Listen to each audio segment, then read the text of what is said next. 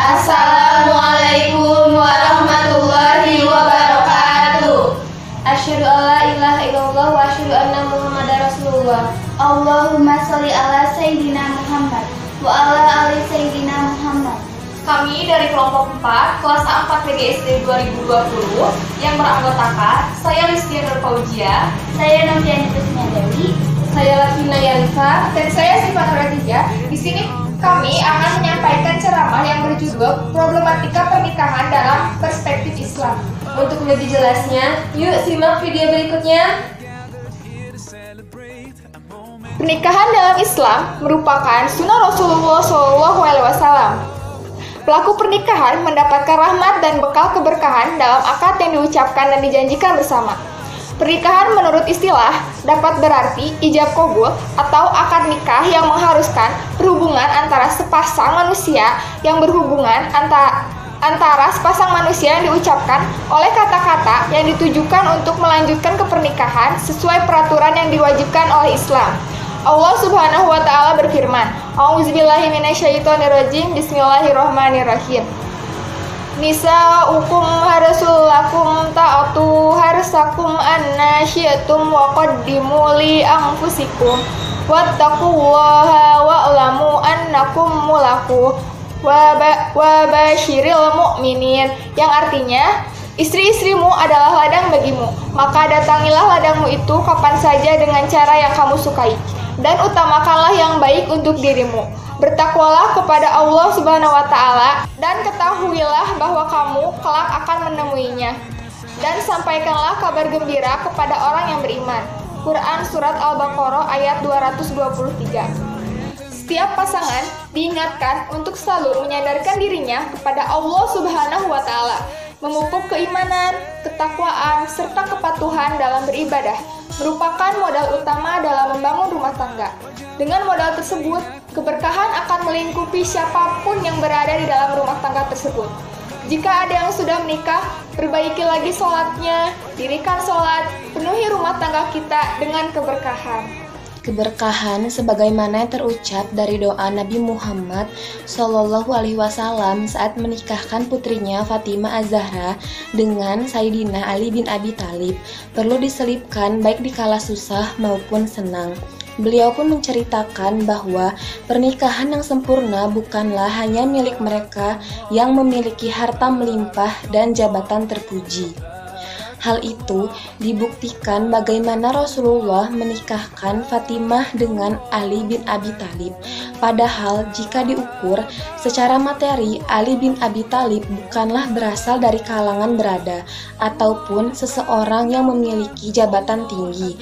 Jika dibandingkan dengan sahabat Nabi lainnya seperti Abu Bakar yang kaya raya dan Umar bin Khattab yang memiliki jabatan ulung, Ali bin Abi Thalib hanyalah pria biasa.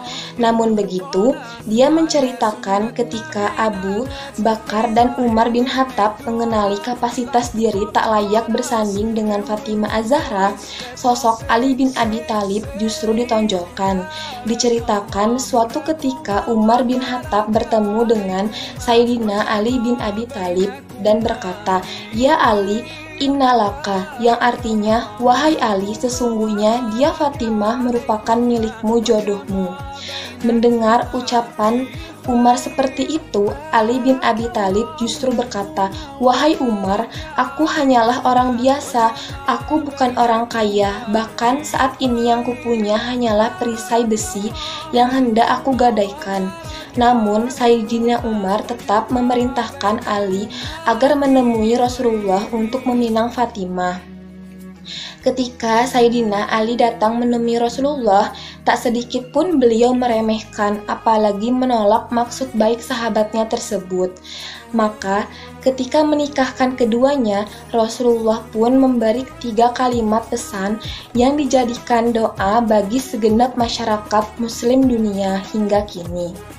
Doa tersebut berbunyi, "Barakallahu laka wa barakalaikuma wa jama bainakuma fi khair," yang artinya semoga Allah rekatkan keberkahan padamu di kala senang dan semoga Allah rekatkan keberkahan kepada kalian berdua di kala susah, dan semoga Allah selalu himpun kalian berdua dalam kebaikan.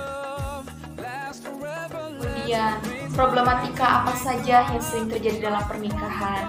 Yang pertama, adanya komunikasi yang tidak lancar, seks dan keintiman, pembagian tugas, dan yang paling sering adalah masalah keuangan, kemudian perasaan dimanfaatkan, pertengkaran dan konflik, perasaan sakit hati yang disimpan untuk diutarakan, dan ketidaksetiaan serta perselingkuhan.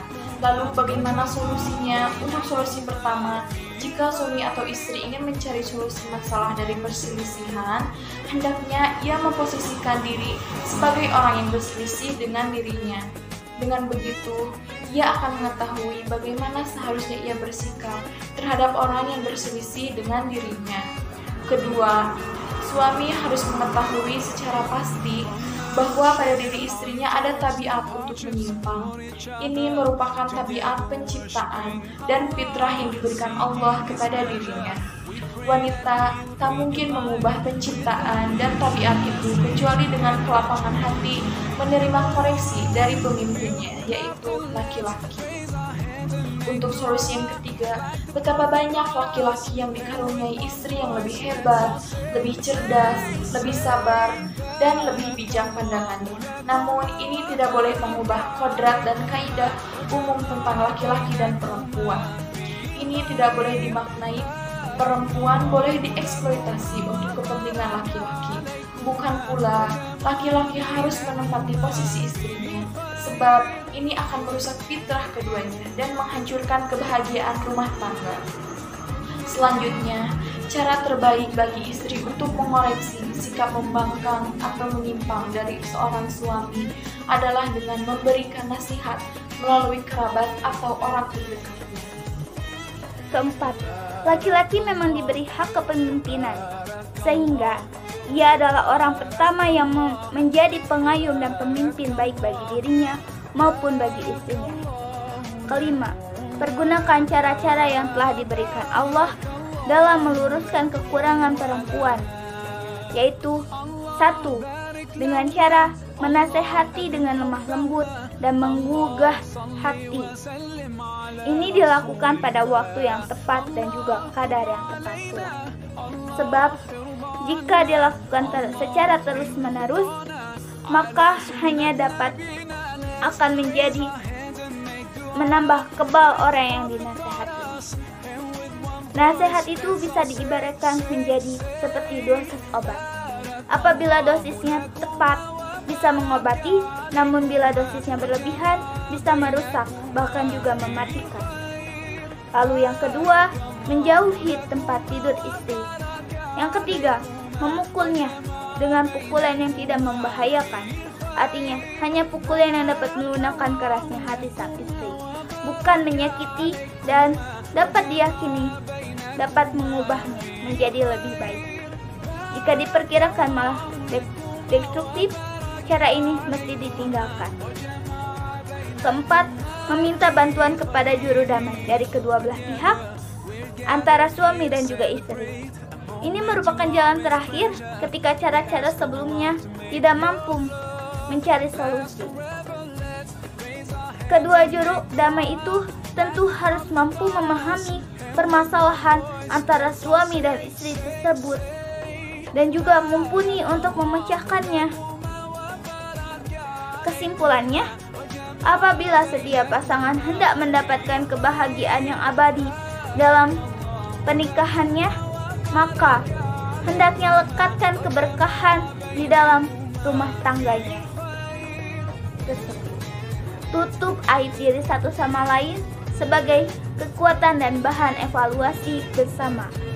Karena tak layak keburukan rumah tangga diumbar dan dikonsumsi oleh khalayak publik. Sekian video ceramah dari kami, lebih dan kurangnya mohon dimaafkan. Wabillahi taufiq wal hidayah. Wassalamualaikum warahmatullahi wabarakatuh.